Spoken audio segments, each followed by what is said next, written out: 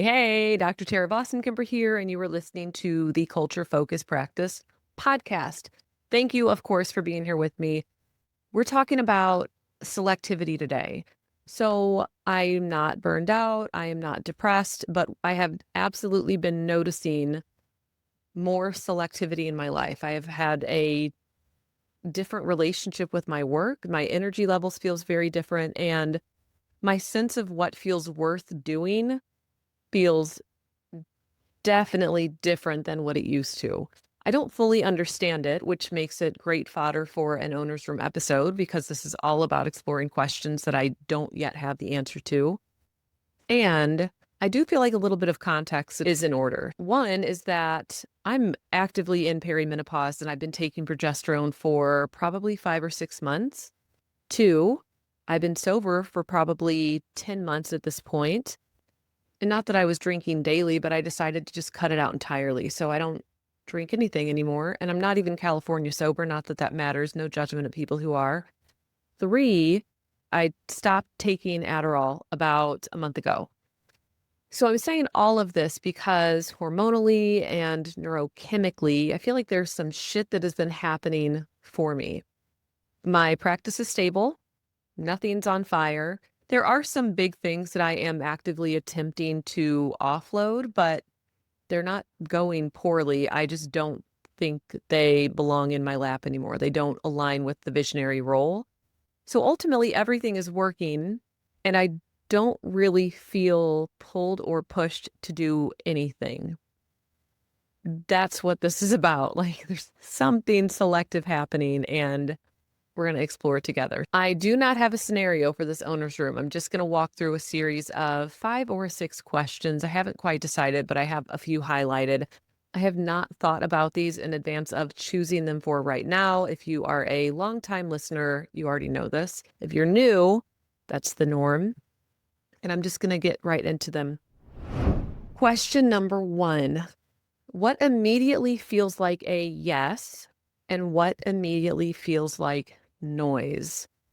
Okay, so interestingly, and I feel like this is some of what's been happening lately, what immediately feels like a yes to me is hiking in the woods. That's a yes. Weirdly enough, I started doing Pilates. That feels like a yes. I don't even feel super enthusiastic about it, but it's almost like my body has decided for me, like, yeah, you should go do that. And so I'm just kind of doing this thing. Those things feel like yes. I think things that really make me feel physically grounded in myself. Plus, I don't know who doesn't love a hike in the woods. I freaking love being surrounded by trees. It's my fucking favorite, man. It's my favorite. And then what immediately feels like noise? This is going to sound super shitty, but anything that requires my input beyond what I've already given feels like noise. And by that, I mean to say, when people are actively seeking to either get information from me or pulling me into a problem that I don't necessarily need to be involved in, but maybe in some cases I do, that feels like noise. This is not even a big issue, but it's just kind of a testament to what I'm talking about. There was a contractor, and how we typically pay them wasn't working for this person. There was just kind of a hiccup, and I don't have it set up that somebody else can fix that. So I got pulled back in. It's sort of like, yeah, rightfully so. I'm running payroll still. I don't have it set up that somebody else can navigate this and make decisions on it. So it's mine.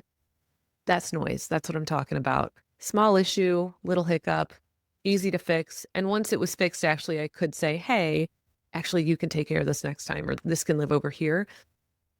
But it's noisy. I don't want to spend my time doing this. I don't want to think about this. It's such a small sort of problem, but it's like an itch that doesn't go away. I thought this was done. I'd already tried to do something with it, got kicked back again. Now I got to step back into it. That like back and forth dance, anything like that feels noisy to me. It's just loud. It's not even loud. It's just like a bunch of fucking gnats flying around your face, which doesn't sound nice because it's not even about the people involved. It's just about feeling like, God, I can't escape this. Or like Pigpen from Charlie Brown, where he always has that like dirt around his head, whatever that is. That's kind of how it feels. I can't escape this thing. You know what also feels like a yes is more family time. Like I'm like craving more time with my kids, with my husband, craving more time just at home, like doing homey type things. And that's not to say that I don't enjoy that in general, but that is to say that I'm just like really wanting more of it, like much more than what is typical for me. And you know what's interesting as I'm answering this, I'm also realizing that what immediately feels like a yes, none of my answers have anything to do with work, like practice or consulting or other business ventures, other things I have in my head. None of those things feel like a yes. I think that's part of the selectivity piece. It's part of this, like, I don't feel pulled over here right now. And I don't think it's gone forever, but I don't feel it in this moment. And that is, it's new. It's a new place for me to be. Okay, I think that wraps up question number one. Okay, question two. What am I noticing about my relationship to stimulation? Adderall, coffee, even just intensity in general. There's a few thoughts that I have about this. One is that as soon as I stopped taking Adderall, there was a few days where I was sleepy a little bit after, and then I really craved being in the woods. I just wanted to be surrounded by trees and I would touch them as I was hiking. I was much more sensitive to coffee, which was interesting. But after this sort of like initial phase of like stopping taking it, it was not even a full week, I would say, maybe like a week and a half, maybe two, until I felt more reset, if that makes sense. I think that the intensity that I crave is like a deeper, more substantive intensity. So I'm not interested. I don't even want to say anymore because it doesn't feel like I changed this on purpose. It just feels like because of whatever changes in my system, this is like a byproduct. I want more focused time where I can like deeply dive into things that when I'm doing work stuff that impact the work I'm doing, that impact my practice, especially. I don't want to be doing more for the sake of doing more. I don't want to be working hard for the sake of working hard. That's not enjoyable. I think it used to be. It's not anymore. If I can't feel like this is really important to me, it's really important for the group, I really need to be doing this, then it feels like noise. If we go back to question number one, that's not the intensity that I want in my life. That's not the stimulation that I want in my life. I'll also say that I think just in general, I'm noticing a decrease in a desire for stimulation. Like I want less of it, which is ironic given that my house is filled with children. I say filled like I have 10 kids. I have three, but it's full of children, 8 and under. And whew, we get a lot of stimulation in the house. There's a lot of noise. In general, I would say I'm wanting more depth and I am wanting less noise, both physical noise, but also mental noise. Oh, that totally reminds me. There's a book called Golden, and I can't remember why it was called Golden, but the author, I don't remember who, they were writing about stimulation and how stimulation is not just noise. It's not just auditory stimulation. There's sort of the background noise in your mind. There's, gosh, more to it than I can remember right now, but I'm reminded of that book right now. And I'm thinking I need to revisit that because it's been a long time, long enough that I can't even tell you about it right now. Okay, I think I'm done with that question. I'm going to keep going. Question number three. If I didn't have to do or decide anything right now, what would I just observe? That is an interesting question. I don't know. I don't know what I would just observe. I think I would do more gardening. Is that no? That's doing, isn't it?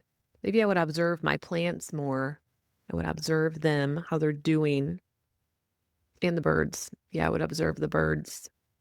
We get a lot of mockingbirds at my house, and I think they're a little bit assertive. And so I really want to see some finches, but they're not coming through.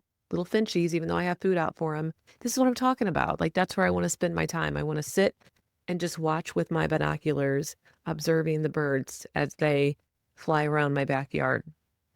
That's honestly it. Gosh, I can't even believe that I don't have anything else. I mean, that's really it. I am genuinely like, oh shit, I didn't realize the extent to which I feel called to just be tuned in with anything nature related right now. Like that's what I am most interested in.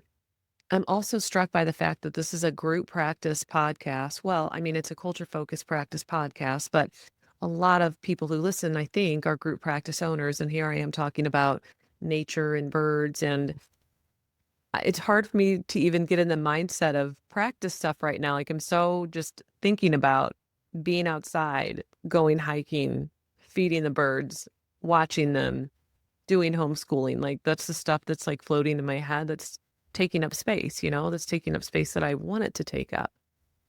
I'm just going to go with it. Fuck it. Let's just keep doing this. Even if my answers are all unrelated to practice ownership, this is what's happening. Like shit is still running well. And, honestly, maybe that's part of why I'm able to stop and step back and think, like, where do I want to be? I want to be outside. I want to be watching the birds because it's running well. There has been no time since the start of group practice ownership that I've been in this place. No time. I mean that very literally. I'm not being hyperbolic, if that's the right word. There's no hyperbole here. It's literal. For the first time in 8 years, I'm in this space where I actively can step back.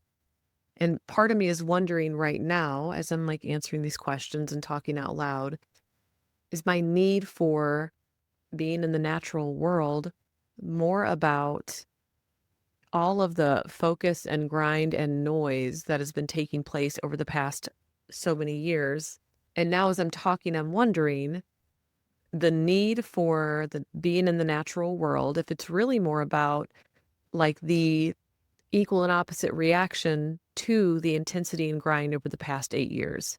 This is what happens. Like the pendulum swung and got stuck, and now it's swinging back, and it's a little bit maybe slower moving to get over here, or maybe it gets stuck over here for a hot minute. I don't have any fucking idea. My point is this it? Like the equal and opposite reaction is, I don't want to think about that. I want to be over here and I want to just experience being outside in the spring.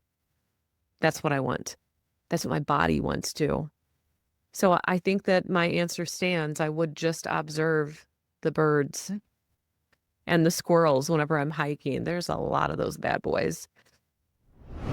Yeah. Okay. Question 4. Let's keep going though. I'll try to focus some of these on practice stuff. What am I noticing that I no longer have tolerance for? Maybe this is a cop-out question. I didn't realize, but my answer is probably going to be similar to the above. I don't have much tolerance for noise anymore. I don't have much tolerance for getting involved in stuff that I don't want to be involved in, which is not to say that I am pissy with the people, or it's less about any person that I'm agitated with and more about I don't want involvement in this thing anymore. So I don't even know if there's like frustration necessarily. It's just like, oh, I'm tired of this. It's sort of like that. Like I'm frustrated about it. I am still actively working to remove myself from the facets that don't make sense that I am involved in, entirely. And it's all a process. Some things are much harder to hand over than others. Yeah. So I think there's that. Last question. What kind of work do I actually want to do moving forward? Okay, so this is interesting because I think that my answer for the practice is I absolutely want to be more a visionary consultant. Like I know that much. I want to be in a position where I am visionary of the practice, but the role itself is much more consultation than it is active engagement multiple hours a week. I know that much. But I also will not do that unless the integrity of the group stays. That's non-negotiable for me. On the consulting side, I think I'm craving more tailored one-on-one work with practice owners, with business owners who are seeking leadership-focused, role-focused, systems-focused support. EOS-focused, fuck. That's the kind of work that I want to do more of moving forward. And I'm not saying forever, because for me, nothing is forever. But I am saying at this moment, I'm realizing that I'm craving more depth of interaction in all of the work that I'm doing. It feels weird to say that when I just said I want to be a visionary consultant. But I think for me, that requires like depth of thought and deep understanding of the systems, and also the ability to like forecast and think, where's this going next? Like there's something about this like creativity around it that feels like, for me, depth. It scratches a deep itch. And then on the consulting side, I think there's something about depth of interaction, meaning like in the one-to-one engagement, I want to like really go deep, really dive in with people, not be involved in their day to day.